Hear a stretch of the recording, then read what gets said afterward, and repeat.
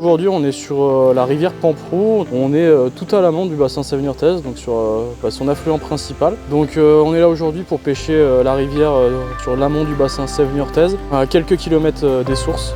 On va pêcher une station de 100 mètres linéaires afin de pouvoir mener un indice poisson-rivière et de relever le nombre d'anguilles sur cette station et de pouvoir avoir une idée de la colonisation des anguilles sur ce milieu-là. Sur cette station, on espère donc trouver de la truite, forcément en quantité, en tête de bassin, sur des cours d'eau comme ça avec du courant et de la granulométrie.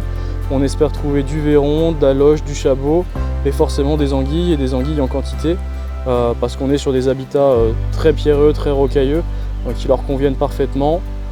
Sur les truites, on va aussi espérer d'avoir au moins 3 classes de taille, c'est-à-dire des alevins de l'année, enfin des truitelles de l'année qui vont faire entre 8 et 10 cm.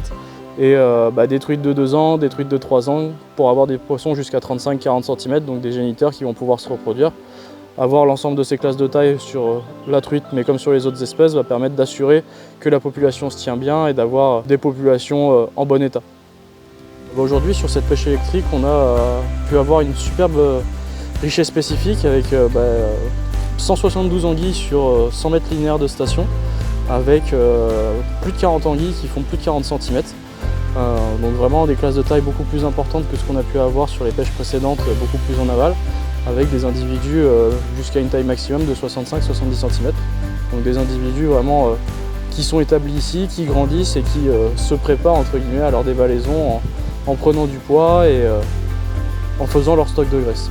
La prochaine étape pour ces grosses anguilles, c'est encore quelques années de grossissement. Et pour les plus grosses, ça va être de commencer à passer au stade anguille argentée, à commencer leur dévalaison jusqu'à l'embouchure de la Sève et puis jusqu'à la mer des Sargasses une fois rendue en mer. Les impacts en tête de bassin versant sur l'anguille jaune sont directement liés à l'homme.